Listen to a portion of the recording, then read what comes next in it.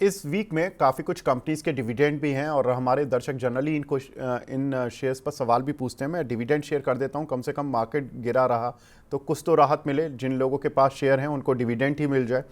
तो ये कुछ एक कंपनीज हैं जिनके डिविडेंड अगले 3 दिन में आने हैं। तो एक्स डेट है इनकी 12 से 14 नवंबर के बीच में। Indraprastha gas, D Link, Amara Raja battery, container corp, IRCTC, oil India और पावर ग्रिड, इन सभी में करीब 3 रुपये से लेकर 5.5 रुपये तक के डिविडेंड घोषित हो रहे हैं, हो चुके हैं इनफैक्ट, लेकिन रिकॉर्ड डेट आ गई है तो लोगों के डिविडेंड मिलना शुरू हो जाएगा। अंशुल जी, कोई काउंटर है इन सभी में जो आपको लग रहा है कि चार्ट पर प्ले कर सकते हैं? अगर किसी के पास शेयर नहीं है तो वो प्ले कर ले, चलो 2-3 दिन के लिए। देखिए, इन सारे नामों में एक जो बेहतरीन स्टॉक है वो लग रहा है डी-लिंक इंडिया।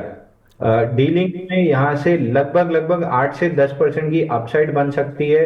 अगर इसको होल्ड करते हैं 15-20 दिन के लिए तो 8 से 15% की अपसाइड मिल जाएगी। तो इसका वॉल्यूम भी ठीक है, तो डी-लिंक ट्राई करना चाहिए ऑन द लॉन्ग साइड। जी सनी सर, आपको क्या लगता है डिविडेंड प्ले कोई है इनमें से कंपनी जिसमें कि आउटलुक भी ठीक रहेगा, डिविडेंड को भी प्ले कर सकते हैं और रेगुलर डिविडेंड देती है कंपनी की, डिविडेंड यील्ड इस कंपनी में ठीक है, चलो ऐसे मार्केट में डिविडेंड यील्ड वाले स्टॉक्स ही देख लिए जाएं? विवेक जी, वो लिस्ट एक बार आप फिर से शो करेंगे, सॉरी मैं मिस कर प्लीज़ गया। मैं दिखा देता हूं sir. Indraprastha gas, D Link, Amara Raja battery, container corp, IRCTC, oil India और पावर ग्रिड, ये कुछ एक कंपनीज हैं सर जिनके डिविडेंड इस वीक में आ रहे हैं। तो इनमें कोई आपकी पिक है क्या? कोई लगता है कि आपको ये शेयर ठीक है लॉन्ग टर्म आउटलुक के हिसाब से और डिविडेंड के हिसाब से? मुझे हमारा राजा पर काफी भरोसा है। एक तो डिविडेंड के पर्सपेक्टिव से भी, और एट द सेम टाइम जिस तरह से इनका जो नया गीगा फैक्ट्री जो ऑपरेशनल होने जा रहा है उसके चलते मुझे लगता है कि हमारा राजा में एक बेहतर अर्निंग ग्रोथ भी हम अगले कुछ सालों में आते देखेंगे। एट द सेम टाइम जिस तरह से स्लाइड पर रन भी हो रहा है कि डिविडेंड भी अच्छा खासा है, तो हमारा राजा ये करेक्शन में मैं डेफिनेटली अपने लॉन्ग टर्म पोर्टफोलियो में मैं ऐड करना चाहूंगा। And at the same time अगर मुझे स्टेबिलिटी चाहिए, ज्यादा वोलेटिलिटी नहीं चाहिए, तो power grid is the one stock which I would like to add in my portfolio. काफी स्टेबल बिजनेस है, पावर यूटिलिटी के सेक्टर से है जहाँ कोई बहुत ज्यादा अर्निंग वोलेटिलिटी दिखती नहीं है। एट द सेम टाइम जिस तरह से ट्रांसमिशन में केपेक्स चल रहा है, मुझे लगता है कि पावर ग्रिड में भी हम अगले 2-3 सालों तक एक बेहतर अर्निंग ग्रोथ भी आते देखेंगे। तो I think power grid and हमारा Raja are the two counter I would like to add in my portfolio. जी अंशुल जी, काफ़ी दर्शक आपका इंतजार भी करते रहते हैं क्योंकि आप कह ही रहे थे कि मैं मिड कैप स्मॉल कैप में बताऊंगा कि अभी थोड़ी पिटाई है और एक्सपर्ट का व्यू चाहिए।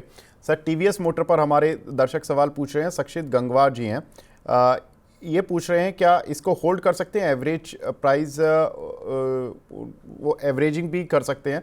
और कोल इंडिया पर भी वो सवाल पूछे, 495 रुपये के लिए हुए इन्होंने। देखिए, टीवीएस मोटर, हाँ करेंट टीवीएस मोटर, इसमें एक मेजर सपोर्ट है ईयरली वीवैप का और स्विंग लो का 2318। तो फिलहाल स्टॉक 2318 रुपये आते हुए दिख रहा है, वहां पे जाके आपको एवरेज करना चाहिए क्योंकि ये सब पोर्टफोलियो PMS और म्यूचुअल फंड वाले स्टॉक्स हैं, तो इनमें डिप्स पे बाइंग करने में कभी घबराहट नहीं होनी चाहिए। मेजर सपोर्ट 2318 मिलता है तो टीवीएस मोटर बिल्कुल बाई करके चलना चाहिए।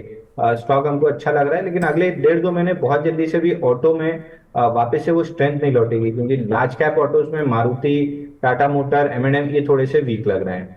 वहीं कोल इंडिया में एक टारगेट नीचे का जो बनता है, लॉन्ग लिक्विडेशन अभी इसकी पूरी नहीं हुई है फेल्ड ब्रेकआउट के बाद, 392 तक नीचे आता हुआ दिख रहा है। आज के सेशन में थोड़ा सा रिवर्सल जरूर लिया है लेकिन एक फ्लैगिश ब्रेकडाउन है, तो मैं बाई की तो सलाह बिल्कुल नहीं दूंगा, बल्कि 392 के अराउंड भी मेरी बाइंग लिस्ट में ये रहेगा नहीं काउंटर, क्योंकि ओवरऑल सारे PSU पिटते हुए दिख रहे हैं। तो इक्का दुक्का का चलना मुश्किल है, जब तक पूरा सेक्टर नहीं चलता है पूरा जूस आराम से निकलता नहीं है, तो इसलिए मैं इसको अवॉइड करूंगा।